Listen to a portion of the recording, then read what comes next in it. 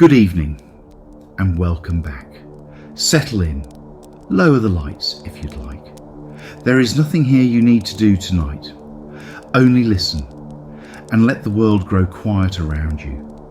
Last time we stood on the sand at Lindisfarne and watched the Viking Age begin. 70 years of summer raids, of coastal fire and silver weighed out, of a fury that always eventually sailed home for the winter. Tonight the pattern breaks. In the autumn of the year 865, a fleet came to the coast of East Anglia that was not a raiding party.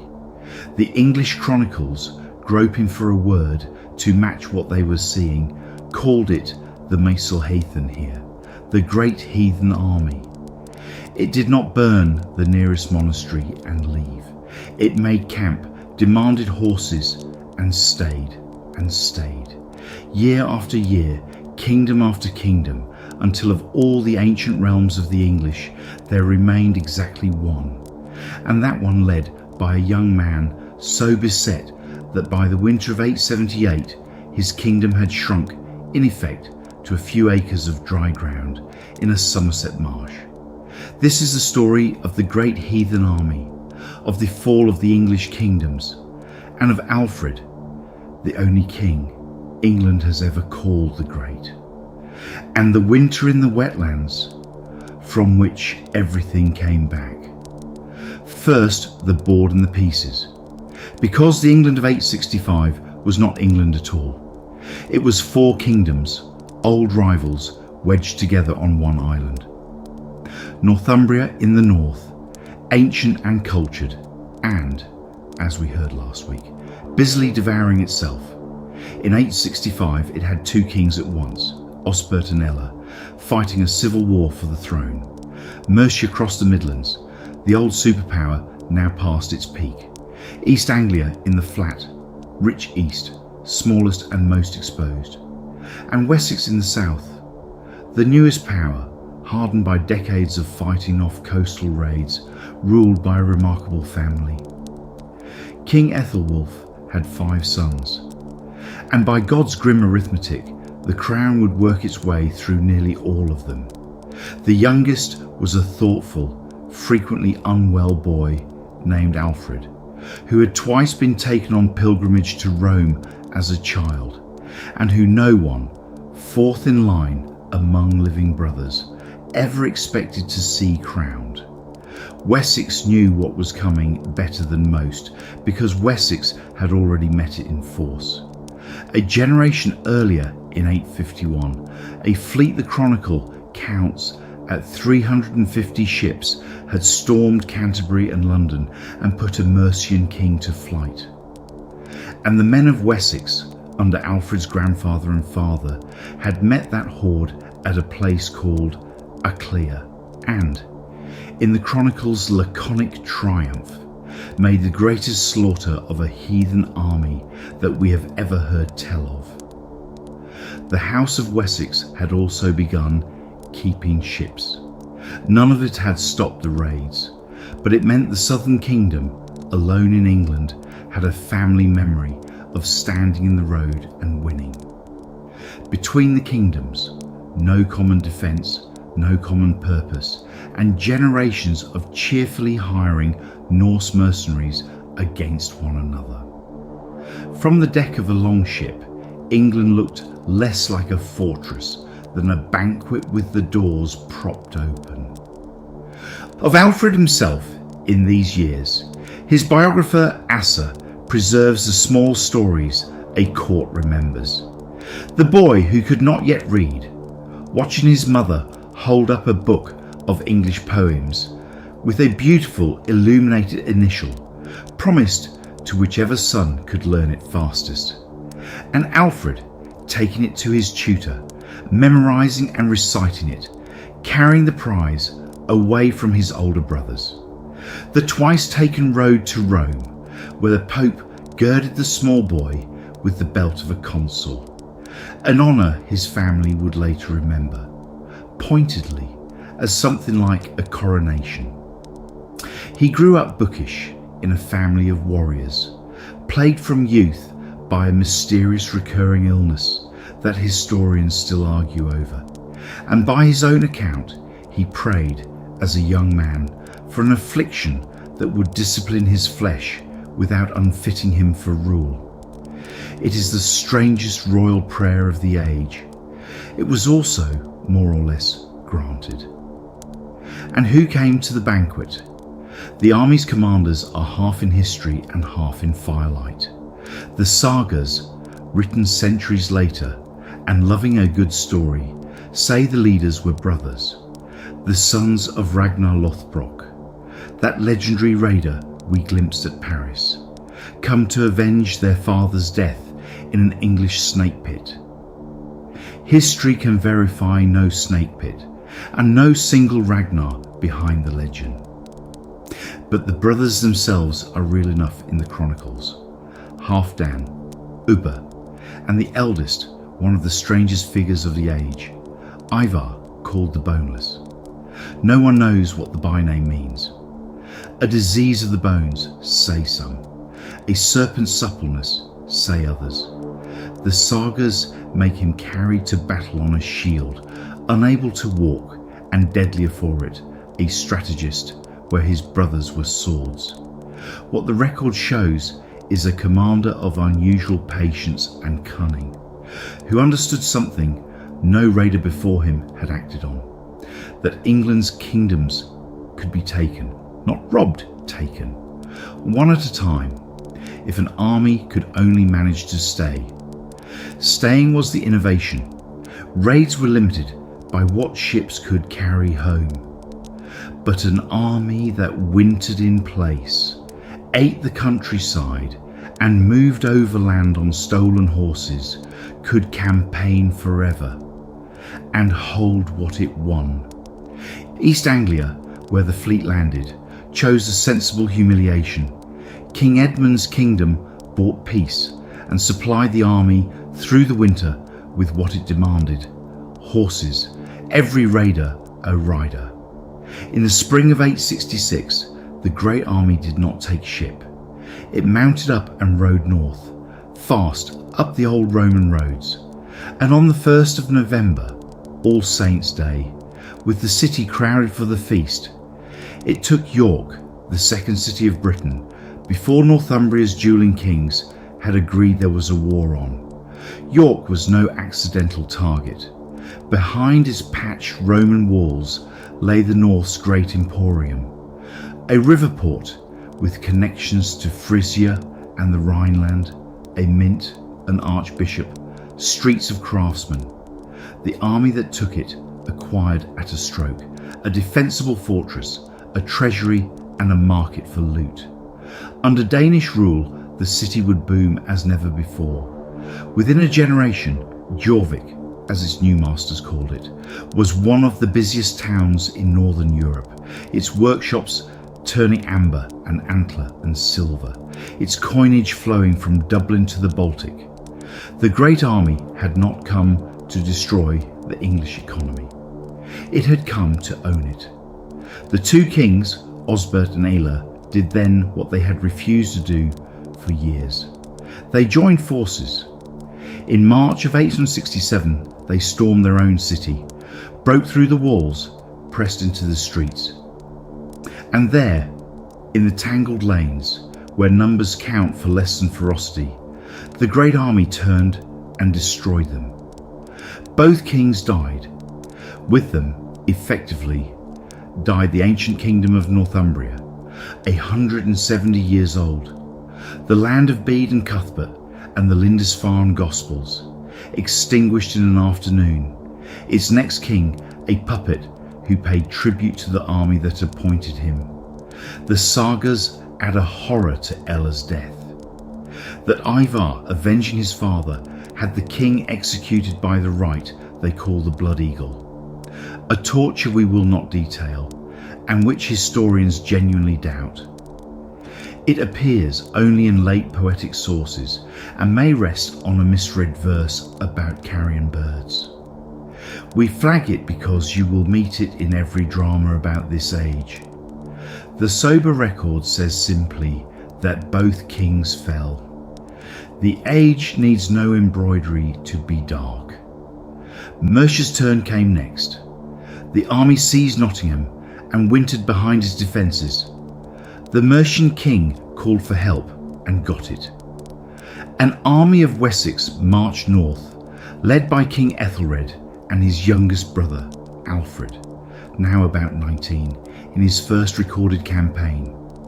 The Allies besieged Nottingham and learned the frustrating lesson every English army of this generation would learn. A Viking army that did not want to fight simply did not fight. It sat behind earthworks, ate its stores and waited out the besiegers' patience and harvest time nerves. Mercia bought peace. The army rode back to York, unbloodied, richer and unbeaten. In 869, the army turned back east, to the kingdom that had first fed it, and this time East Anglia's money was no good. What exactly happened to King Edmund that November is wrapped in a saint's legend, but the core is solid. The last king of the East Angles was defeated, captured, and killed when he refused the army's terms. Refused, says the earliest account, to rule as a heathen's puppet or deny his faith. Within a generation, the story had its shape. The king bound to a tree, shot full of arrows, like a hedgehog's bristles, then beheaded, his followers finding the head guarded in the brambles by a grey wolf, calling "Here, here, here." Legend gently held, but the veneration was real and immediate. Even the Danes of the next generation struck coins in Edmund's honour. The shrine town that grew around him became Bury St Edmunds, and for centuries, until a certain dragon slayer displaced him, St Edmund was England's patron saint. The army had killed a king and created something more durable than a kingdom. We can even inventory its baggage. At Torksey on the Trent, where the army wintered the year before Repton, metal detectorists and archaeologists have mapped a camp of over 130 acres, a temporary city bigger than most English towns of the day. And the ground gave up its litter, hundreds of pieces of hacked silver and melted ingots, Arabic coins clipped for bullion, the little lead gaming pieces of men killing a long winter over board games, needles and spindle whirls that say women lived there, weights for the scales that turn plunder into payroll. It is as intimate as archaeology gets. Boredom, bookkeeping and family life in the middle of an army that was dismantling a civilization. We can stand closer to the Great Army than to almost any force of the early Middle Ages, because in the 1970s and 80s, archaeologists found one of its winter camps at Repton in Derbyshire, where the Chronicle says the army wintered in 873, driving the Mercian king over the sea and installing another client in his place. The diggers found the army's D-shaped rampart anchored on the river and swallowing the Mercian royal church into its defences, the invaders quartering themselves with perfect symbolic economy in the mausoleum of the kings they had just deposed. They found a warrior's grave by the church door, a tall man, dead of savage violence, buried with his sword, a Thor's hammer amulet at his neck, and a boar's tusk placed carefully on his body.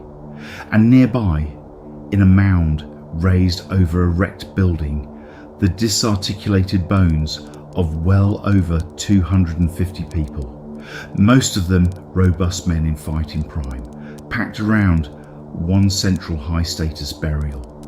The great heathen army, whatever these sagas sing, was mortal. It bled, it sickened through the hard winters, and it buried its dead in foreign ground by the hundred. Some of those bones, radiocarbon says, are consistent with exactly these years. We have, in all likelihood, met the army itself. Archaeology has lately given the campaign a face, hundreds of them.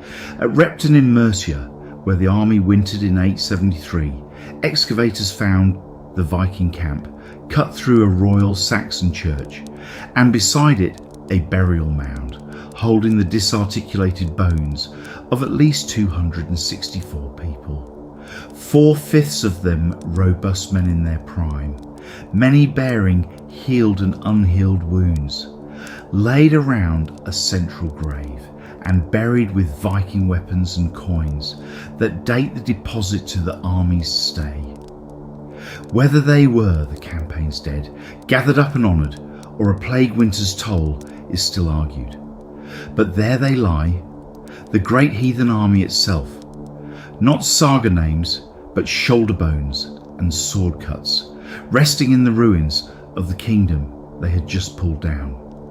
One nearby grave held a man buried with a Thor's hammer at his neck and a boar's tusk between his thighs, sent to the next world with his losses tactfully made good. By 874, the roll call stood thus: Northumbria, fallen; East Anglia, fallen; Mercia, broken and client ruled. The army itself now split, half under half down, turning north to settle, and half under a new leader, a king named Guthrum, turning toward the last name on the list. Wessex had been bracing for years, and its royal brothers had already been consumed at the rate of roughly one per crisis. Ethelbald, Ethelbert, and now Ethelred, wearing the crown, with Alfred, the last brother, as his right hand. When the great army ceased reading in the last days of 870 and dug in at the junction of two rivers, the West Saxons did not wait to be dismantled by patience. What followed has gone into the books as the year of battles. 9 general engagements in 12 months, plus skirmishes past counting. The opening moves at Reading set the tone for the grimmest year Wessex had known. A West Saxon advance guard actually won the first meeting at Englefield. 4 days later, the brothers stormed the camp itself and were bloodily repulsed, leaving an ealdorman dead at the gate. Then came Ashdown, then defeat at Basing a fortnight later. Then a long, swaying battle at a place called Martyrdom that turned at dusk into another loss, with a bishop among the dead. 9 pitched fights in the year, says the chronicle, besides the endless skirmishing by companies of men whose names no one wrote down. No kingdom in England had absorbed such a year and stood. Wessex stood, barely, because its levies kept coming back, and because its enemies, for all their victories, could never land the killing blow on the royal house itself. The one the English never forgot came in the first days of January 871 on the high chalk downs at a place called Ashdown. The army had divided into 2 columns, so did the English. Ethelred facing the enemy kings, Alfred the Jarls, and then, with battle forming, King Ethelred would not move. He was hearing mass in his tent and declared he would serve God first and men after. The Danes began rolling down the hill, and Alfred, 21 years old, out of patience or out of genius, ordered the advance himself, leading his half of the army uphill, shield wall against shield wall, around a stunted thorn tree the chroniclers remembered for a century. Charging, wrote his biographer, like a wild boar. When Ethelred's column came up from prayers, the field broke. A Viking king dead, 5 Jarls dead, the chalk downs strewn with the fallen from end to end. It was the first time an English army in this war had beaten the great army in the open field. And it changed, in the short run, almost nothing. The army fell back on Reading, was reinforced by a fresh fleet, a great summer army out of the north, and won the next battles. In the spring, Ethelred, worn through at perhaps 30, died. His sons were small children, and nobody pretended a child could hold the last English kingdom. The council of wise men turned to the last brother. Alfred was crowned at about 22, in the middle of a losing war, and his first royal act of consequence was the one he is least celebrated for, and which probably saved everything. He counted his exhausted, thinned army, counted the enemy's reinforcements, and bought peace. The great army rode away to digest Mercia. Wessex had purchased 5 years. Guthrum spent them probing. In 875, his forces slipped past Alfred's musters to seize Wareham, then Exeter, deep raids testing the kingdom's reflexes. There were sieges, negotiations, hostages, and an oath sworn by the Danes on their holy armouring. An oath, the Chronicle notes bitterly, they had never before sworn to any nation, and which they broke immediately, killing their hostages and riding on. Alfred was learning, at tuition rates paid in burned towns, the central truth of the war. Treaties with Guthrum were tactics. Only force was language. It is worth pausing on why the truce of the season felt inviolable. Midwinter was when the age itself stopped.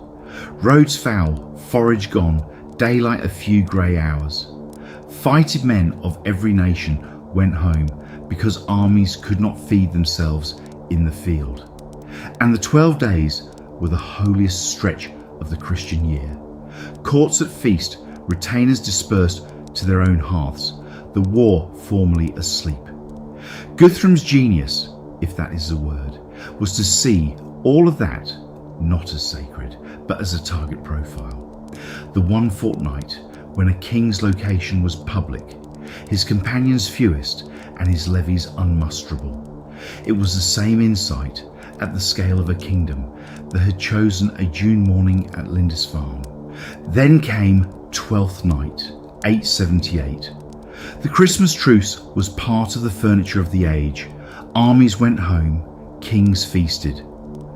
Alfred was keeping the feast at the royal estate of Chippenham, with a reduced household, when Guthrum, in a move of cold and brilliant impiety, attacked in the dead of winter, in the middle of the holy season, straight at the king's person. It nearly ended England there. The court was scattered or killed. The kingdom's machinery collapsed overnight. Part of the West Saxon nobility submitted, part fled overseas. The last English king of the last English kingdom got away into the winter dark with a band of companions and his family, a fugitive in his own land. He went to ground in the one country an army of horsemen couldn't use, the Somerset levels. In those centuries, a vast brackish inland sea of reed beds, alder thickets, and hidden causeways where a local could vanish and a stranger could drown. At its heart, a low island of dry ground among the swamps, Athelney, the Isle of Princes. From there, through the late winter of 878, the King of Wessex waged the smallest royal war in English history. A fort improvised on the island, raids mounted through the marshes for supplies and morale, messengers slipping out by paths only fowlers knew, to whisper to the shires that the king lived and that there would be a muster in the spring. Athelney's defences were its neighbours as much as its waters. The levels were not empty, they were worked by fowlers, eel fishers and reed cutters, poor communities who knew every causeway and who did not betray him. Through that long Lent, the king's war was theirs. Punts moving by night, provisions gathered, village by village, word carried to the ealdormen of the loyal shires. Asser says Alfred could reach the fort only by boat. The Danes, horse lords of the open chalk, never found a way in. It is one of history's better jokes that England was saved that spring less by its nobility than by its marshmen. And Alfred seems to have understood the debt. The first monastery he founded after the war he planted on Athelney itself. The legends, of course, found him there. The cakes, the king, sheltering anonymous in a swineherd's hut, so lost in his kingdom's ruin that he lets the good wife's loaves burn and takes his scolding meekly. A story first written down generations later and told ever since, because it is England's favourite kind of story. The great man humbled at the hearth. The disguises Alfred as a harper in Guthrum's own camp, counting spears while he sang. History can vouch for none of it. What it can vouch for is stranger than the legends, that a deposed king in a swamp with no treasury, no capital and no army somehow kept a kingdom alive as pure information. A rumour of legitimacy passed hand to hand for 4 months, and that when he called, they came. There was one bright omen while he waited. Down on the North Devon coast, a Viking force under Ubba, last of the storied brothers, landed to crush the western levies, and the men of Devon, cornered on an old hill fort, came down at dawn and destroyed them. Ubba killed and taken with him the great raven banner, woven, the story says, by the daughters of Ragnar in a single noon, which fluttered for victory and drooped for doom. The West still knew how to win. It only needed its king. In the 7th week after Easter, early May 878, the summons went out along the marsh paths and the shire roads. The king would be at Egbertstone, east of Selwood, on the appointed day. It was the whole gamble in a single rendezvous. If the shires had accepted Danish rule, no one would come, and the man waiting by the stone was simply an outlaw with a famous name. They came, the levies of Somerset, Wiltshire and Western Hampshire, marching in by their hundreds. And when they saw Alfred alive, says his biographer, they received him as one risen from the dead and were filled with joy. 2 days' march after that. 1 night in camp at the edge of the Downs.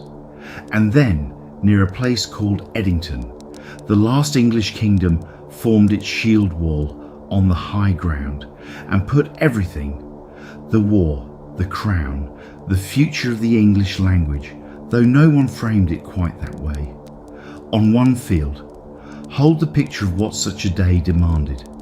A shield wall was not a formation so much as a single organism. Overlapping lindens, shoulder to shoulder, spears at every gap, the second rank leaning into the backs of the first. Battle meant walking that wall into another one and then holding an hour, 2 hours more of shoving, spear work over the rims, axes reaching for shield edges, the wounded passed back and the gaps closed, everything decided by which line of exhausted farmers and household men believed in itself longest. Edington was won by men who had spent the winter conquered, fined, taxed, humiliated, and who chose, when the summons came, to walk uphill into that. Courage in the age of the shield wall was not a moment, it was a morning. Of the battle itself, the sources give us one sentence apiece, and the sentence is enough. Alfred's wall held, fighting fiercely with a compact shield wall against the entire army of the pagans, held, pushed and broke them. The pursuit ran all the way to the gates of Chippenham, the stronghold where the war had begun on Twelfth Night. Whatever of the great army got inside was besieged there, starving for 14 days. And then Guthrum, king of the army that had toppled every kingdom in England, asked for terms. What Alfred did next is, depending on your taste, The most cynical or the most visionary act of the age? Probably both, which is why it worked. He did not massacre the army he now had by the throat, because he could not. Exterminating one Viking host merely cleared anchorage for the next, as the Franks kept discovering. Guthrum's army was, at least, a known quantity, beaten, hungry, and suddenly very open to persuasion. So the terms of Edington were these: hostages and oaths as usual, the army to leave Wessex as usual, and then the unusual part. Guthrum would become a Christian, personally, publicly, permanently. 3 weeks later, the king of the Heathens came to Alfred at Aller near Athelney, into the marshes that had hidden his enemy all winter, and was baptized, with Alfred himself standing as godfather, lifting his adversary from the font as his spiritual son. 12 days of feasting followed, Alfred loading his new godson with gifts. The ceremonies were drawn out with deliberate weight. Baptism at Aller with 30 of Guthrum's chief men, then the formal loosing of the white baptismal fillet days later at the royal estate of Wedmore. Each stage witnessed, each stage another strand of obligation knotted around the new godson, who took at the font the very English royal name of Athelstan. The age understood exactly what it was watching. Not a conversion of the heart, which no one could inspect, but a conversion of status, which everyone could. A pagan war king had been made, publicly and expensively, into a member of the family of Christian kings, with all the ways such a family can punish a member who disgraces it. Cynics, then and now, can read the whole ceremony as theatre. Guthrum's Christianity sat lightly on him, and his coins hedged like the smith's mould from last week's story. But the theatre did work that swords could not. It made Guthrum a king Christendom could deal with, a man whose oaths now had a god attached, bounded to kinship with the House of Wessex. When his army finally marched away, it went east, settled down, and by and large stayed settled. Guthrum ruled East Anglia as a more or less Christian, more or less law-abiding king until he died in his bed. An ending precisely no one at Lindisfarne could have imagined for a commander of the great heathen army. The island was divided now by Treaty Line, Watling Street, the old Roman road, running diagonally across the map.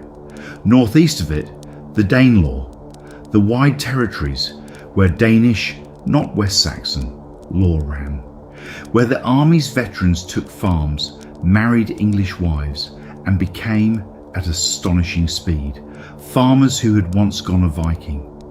Their footprints are still everywhere in England, hundreds of villages ending in by and Thorpe.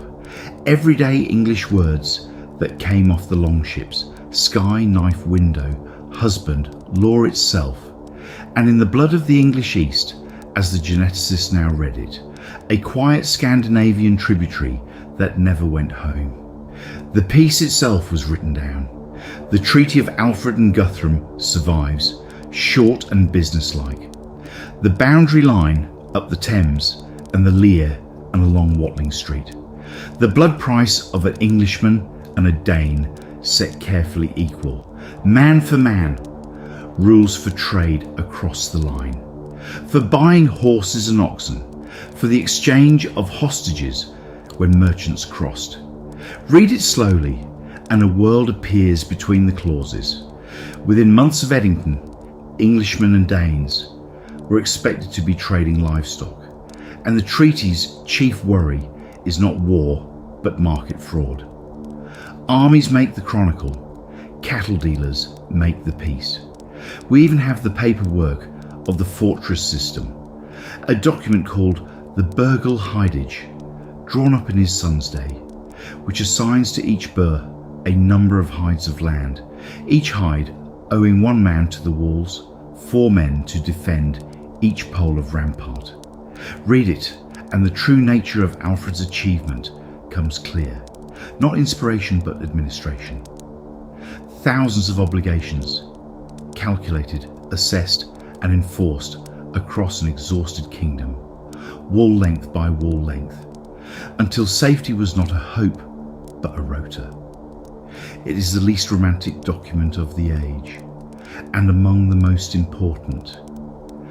Kingdoms are saved twice, once on the hill at Edington, and once in the ledgers. And Alfred spent the rest of his reign making sure Edington could never be undone. This is the part with no battle scenes, and every historian's admiration. The network of burhs, 30-odd fortified towns, spaced a day's march apart, so that no army could ever again ride through Wessex faster than resistance could form. Their street grids still underlie towns from Oxford to Wallingford. The army reorganised in halves, one home, one in the field, so the harvest never again disarmed the kingdom. Ships built to his own outsized design to meet raiders at sea. And then, strangest of all, in a warlord king, the books. Convinced that God's anger had fallen on a land that had let learning rot, Alfred, in his 40s, between campaigns, chronically ill, learned Latin and personally translated the books he thought his people needed most, prefacing them with the gentlest mission statement any king has written, that all the freeborn young men of England who had the means should be set to learning until they can read English writing well. He rationed even his own hours. Asser describes the king's invention for it: 6 candles of equal weight, burning in succession, marked in inches, carried in a lantern of wood, an ox horn to tame the draughts. A clock, in effect, by which Alfred divided every day between the kingdom, his God, and his books. And one of the first recorded time management systems in European history. A king who had spent his 20s losing battles, spent his 40s defending his reading time. Both, in the long run, proved matters of state. The Anglo-Saxon Chronicle itself, the source we have leaned on all evening, began in his court. The king who saved English England also, quite literally, wrote it down. He also quietly invented an idea. In his charters and his law book, Alfred stopped calling himself King of the West Saxons only, and began styling himself King of the Angles and Saxons, of all the English not under Danish rule. It was aspiration dressed as title. Wessex was one battered kingdom, and Watling Street still cut the island in half. But his children took the aspiration literally. His son Edward and his formidable daughter Ethelfled, the Lady of the Mercians, who ruled Mercia in her own right, and took back the Danish towns fortress by fortress, spent 20 years rolling the treaty line north. And his grandson, Aethelstan, in 927, took York itself and became the first king of a single England. The country on the map tonight was drawn, in its first rough stroke, by a refugee in a marsh. Alfred died in 899, about 50 years old, having spent half his life ill and all of it at war or preparing for it. He left Wessex unconquered, the Danelaw contained, and a family that would finish the work. His formidable daughter Ethelfled, Lady of the Mercians, and his son and grandsons would take back the Danish territories, fortress by fortress, until within 2 generations, a king of Wessex was crowned king of a single realm the world was learning to call England. The country exists because the marsh held. One melancholy footnote before the marsh. Alfred was buried at Winchester, and his bones were moved more than once as churches rose and fell. until, in the 18th century, a prison was built over the site of their last resting place, and convicts digging the foundations scattered whatever remained. The king who saved England has today no certain grave at all. It bothered the Victorians immensely.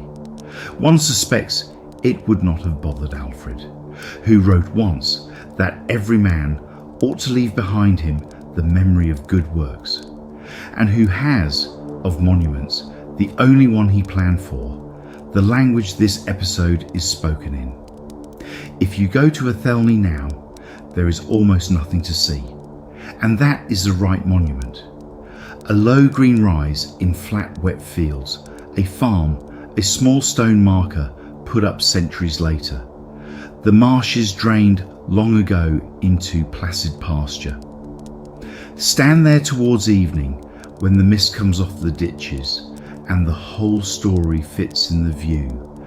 Somewhere under that mud, the fort of a king reduced to 4 acres, and a rumour, who came out of the reeds in the spring and won. Next time we turn the map on its side. While Danish armies were carving up England, their Swedish cousins were pulling their ships out of the Baltic and into the rivers of the endless East, toward the silver of Baghdad, the walls of Constantinople, and the making of Russia. The river roads are waiting. That is where we will leave it tonight. Sleep well wherever you are, and when you're ready, we'll go wandering again.